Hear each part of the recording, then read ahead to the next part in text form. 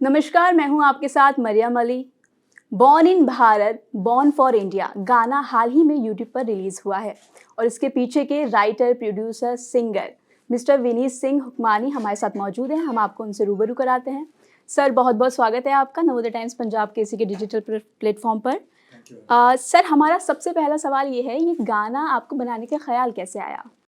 देखिए, मेरा ये ख़्याल तो सालों से अंदर एक किस्म का एक एम्बिशन था कि ऐसा गाना बनाना है।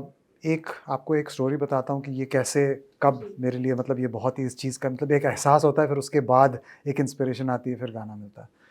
तो एक बारी जब मैं ये आगरा एक्सप्रेसवे पे चल रहा था, मतलब उस टाइम नया-नया बना था, तो वहाँ पे एक होर्डिंग बनी हुई थी जी। कि जो भी हाईवे के इंजीनियर, जो भी लोग आपको मिले, उनको रुक के थैंक यू ज़रूर बोलिएगा।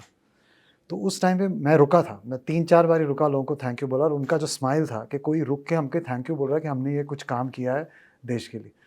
इतने सारे ऐसे लोग हैं, जो देश के लिए काम करते रहते हैं, चाहे वो आर्म्ड फोर्सेस हैं, हमारे एथलीट्स हैं, आप हैं, मैं हूँ। हम लोग रोज़ के रोज़ अपना काम करते रहते हैं कि देश का नाम आगे बढ़े। तो उनको एक थैंक यू बोलना सब लोगों को बहुत ही इम्पोर्टेंट बात होती है और उस थैंक यू से एक एनर्जी मिलती है। और कोई किसी को आप थैंक यू बोले, कल आपको वो थैंक यू बोलेगा कि आपने आपकी कंट्रीब्यूशन की वजह से ये देश आगे बढ़ रहा है। तो इस गाने का जो मतलब मैं कहूँगा जो एक इंस्पिरेशन वहीं से आया मुझे कि born in Bharat, born for India, ये एक मैसेज है कि आप ये क्यों कर रहे हो ये सब, चाहे वो इसरो के साइंटिस्ट हैं, चाहे जो यूपीआई बना ये क्यों कर रही है, भारत के लिए कर रहे हैं और इसके लिए कर रहे हैं कि भारत आगे बढ़े। सर, हमारा दूसरा क्वेश्चन है कि आप ये सब देशभक्ति के गाने जितने भी आपने बनाए हैं, पैट्रियोटिक सॉन्ग्स, तो इसको आपका कोई ऐसा पर्सनल एक्सपीरियंस रहा है जिसको लेके आपके मन में ये सब आया कि मैं देशभक्ति से जुड़े हुए गाने बनाऊँगा? देखिए, आपने जो वर्ड एक यूज़ किया कि जुड़े हुए, ये क बहुत फ़्यू इमोशंस हैं हमारे देश में जिससे लोग जुड़ जाते हैं। ये बात मैंने फ़र्स्ट हैंड महसूस करी जब इसरो की जो लैंडिंग, वो चंद्रयान की जब लैंडिंग हुई थी, उस टाइम मैं भी टीवी देख रहा था और इतने सारे लोग टीवी देख रहे थे कि इतनी बड़ी चीज़ हो गई। उस टाइम पे ना सारा भेदभाव, उम्र, ये सब कुछ खत्म हो जाता है। सारे लोग एकदम से प्राइड फ़ील करते हैं कि मतलब इंडिया वो ने आज यूनिटी कुछ आ वो जाती है, यूनिटी आ जाती बिल्कुल। है। तो वो पहला गाना मैंने लिखा था इसरो के बारे में और उनके साइंटिस्ट के बारे में, उसके बाद अब ये है। मुझे लगता है कि कोई ऐसी बात और कोई ऐसी चीज़ दिल से निकलनी चाहिए जो लोगों को जोड़े और एकता से भरी हो।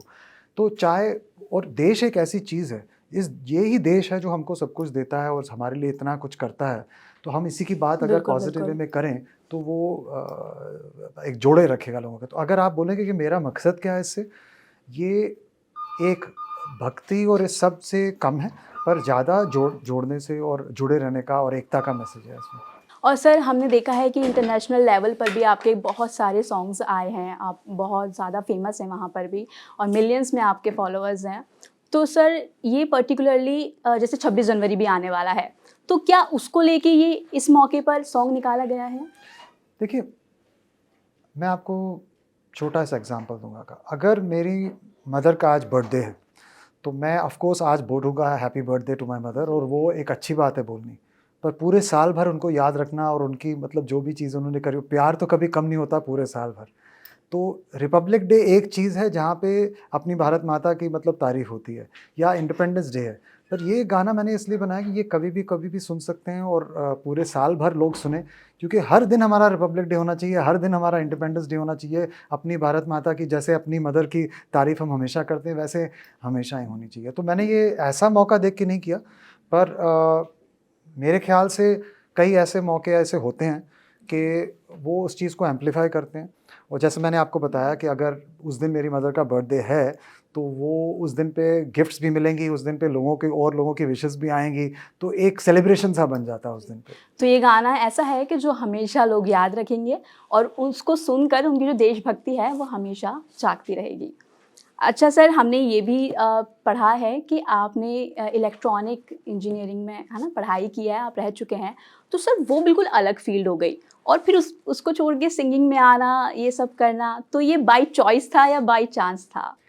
देखिए, एक इंजीनियरिंग भी की है और फिर हार्वर्ड से बिज़नेस स्कूल भी, तो वो सब चीज़ें करी क्योंकि पेरेंट्स ने उस टाइम पे ये गाइडेंस दी कि जी। मतलब पहले एजुकेशन करो और रिस्पॉन्सिबल बनो और वो सब किया है बहुत टाइम तक।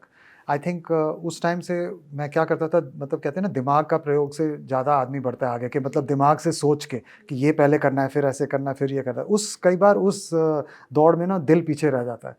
तो आफ्टर ये सारा कॉर्पोरेट लाइफ हो गई और उसमें मतलब बिजनेस मैंने आगे हमने बेच दिया था, फिर 2021 में मुझे ये मौका मिला कि मैं सब बस अब दिल की बात सुनूं। तो आई थिंक दोनों का बैलेंस करना चाहिए और ये सब है, बट अब मुझे म्यूज़िक से इतना मज़ा आ रहा है क्योंकि ये हर दिल की बात जो है, जो लोगों तक पहुंचानी है, चाहे ऑप्टिमिस्टिक पॉजिटिव चीज़ें जो लोगों को बतानी है, वो म्यूज़िक के ज़रिए हो रहा है ये सब। जी, आपने अपने प्रोफेशन को पैशन के साथ लेके आगे बढ़ाया है और अब तो आपने वो प्रोफेशन भी बना लिया।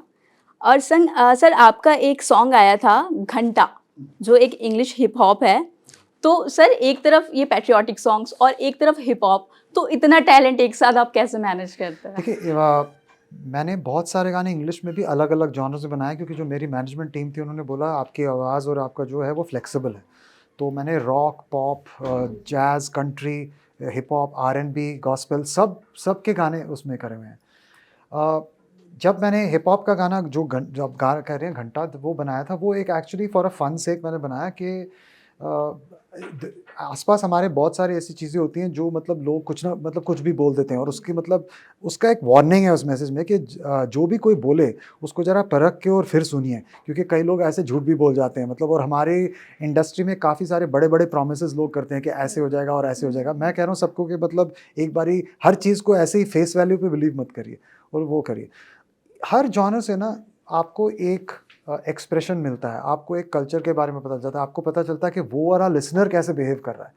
तो जो एक गाना कोई पैट्रियोटिज़्म के बारे में जो सुन रहा है, उसका मूड और उसका फीलिंग अलग है, और जो कोई हिप हॉप सुन रहा है उसका मूड। एज़ अ म्यूज़िशियन हमें तो ये मौका मिलता है कि ये हर गाने से हम एक चीज़ सीख सकें कि उस चीज़ को कैसे करना है और वो लैंग्वेज कैसी बोली जाती है लिसनर के साथ।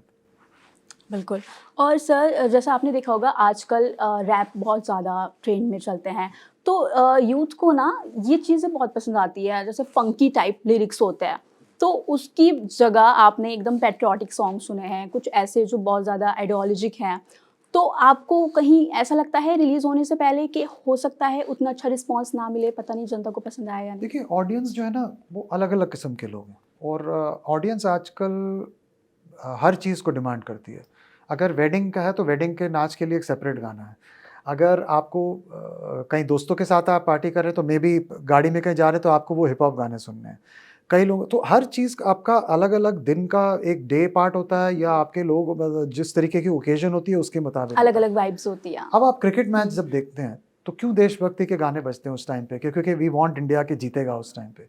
तो हर गाने का एक ओकेजन होता है और एक जगह होती है, और मुझे लगता है कि जैसे अब मेरा इसरो का गाना था, वो 16 मिलियन इंस्टाग्राम रील व्यूज़ हुए उसके, और 1.2 1.3 मिलियन, क्योंकि वो कनेक्ट किया, क्योंकि हम लोग एक तारीफ़ कर रहे थे साइंटिस्ट के जो इतने मतलब काबिल और इतने इनोसेंट लोग हैं जो इतनी बड़ी बात कर चुके हैं।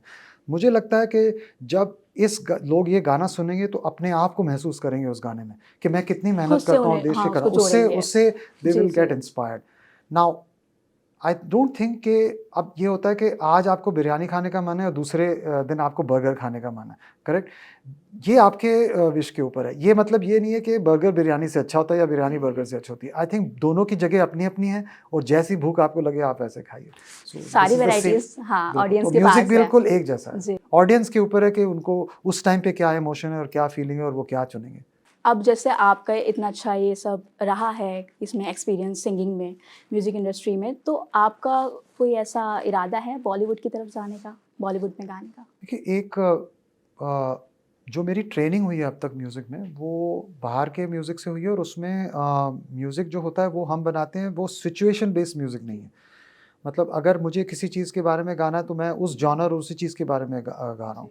मेरी ट्रेनिंग जो है वो सिचुएशन बेस्ड म्यूज़िक की नहीं है, तो जो बॉलीवुड में तो सिचुएशन बेस्ड होता है कि ये सीन है, उसके मुताबिक ये गाना है और ये सब है। तो एक्चुअली मेरे पास ज़्यादा उसके पास जानकारी भी नहीं कि ये कैसे होता है।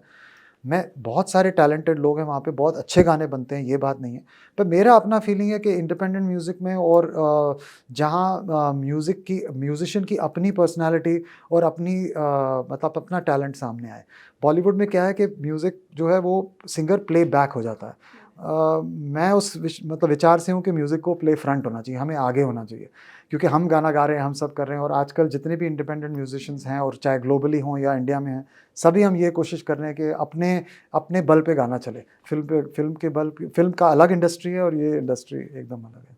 अगर कोई ऐसा कुछ मेरे सामने रखे कि जो मुझे बहुत ही पसंद आए, जैसे कई पिक्चर, जैसे अब सैम बहादुर टाइप के पिक्चर, जैसे उसमें अगर मुझे कोई बोले कि उसके लिए कोई गाना गाना है या ऐसा करके जो मतलब अगेन लोगों को जोड़े, फिर मुझे बहुत ही अच्छा लगेगा। तो सर, जैसे आपने जोड़ने की बात की, तो अब एक मौका आने वाला है 22 जनवरी को, तो उसको लेके क्या आपकी कुछ तैयारी है? कोई गाना है रामलला को लेकर? देखिए, मेरा जो ये गाना है ना, ये उस मेहनत की तारीफ़ कर रहा है कि जो हर हिंदुस्तानी और हर भारतीय और हर इंडियन जो रोज़ लगाया जा रहा है देश को आगे पहुँचाने के लिए। और ये गाना सब चीज़ को कवर कर रहा है। अभी ये जो मंदिर बन रहा है, इसमें इतने सारे लोग ने इतनी मेहनत करके ये मंदिर बनाया है। कितने सालों से लोग आप उनके बारे में सोचिए, जो मज़दूर हैं, जो कारीगर हैं, जो आर्किटेक्ट्स हैं, जो इंजीनियर्स हैं, जो डिज़ाइनर्स हैं, कितने लोगों ने मेहनत करके ये चीज़ बनाई है। और क्यों बनाई है कि लोग जाके फिर एक पीसफुल वे में जाके अपना मतलब अपना प्रेयर कर सकें और सब कर सकें। तो मेरी तारीफ़ तो इस गाने में पहले ही है लोगों की कि जो भी इंडिया का नाम रोशन कर रहे हैं। तो मैं कह रहा हूँ ये गाना वहाँ पे भी चल सकता है और किसी ने एयरपोर्ट बनाया तो वहाँ पे भी चल सकता है, किसी ने स्पेस में रॉकेट भेजा तो वहाँ पे भी भेज सकता है, कोई स्कूल में पढ़ा रहे हैं तो वहाँ पे भी चल सकता है, क्योंकि ये हम सबकी तारीफ़ है इस गाने में। तो ये हर देशवासी के लिए, जिसने देश के लिए जो भी काम किया है। बहुत बहुत शुक्रिया सर हमसे बात करने के लिए। तो ये थे हमारे साथ born in Bharat born for India गाना बनाने वाले मिस्टर विनीत सिंह हुक्मानी। तो आप भी ये पैट्रियोटिक सॉन्ग ज़रूर सुनिएगा। अब हमें दीजिए इजाज़त।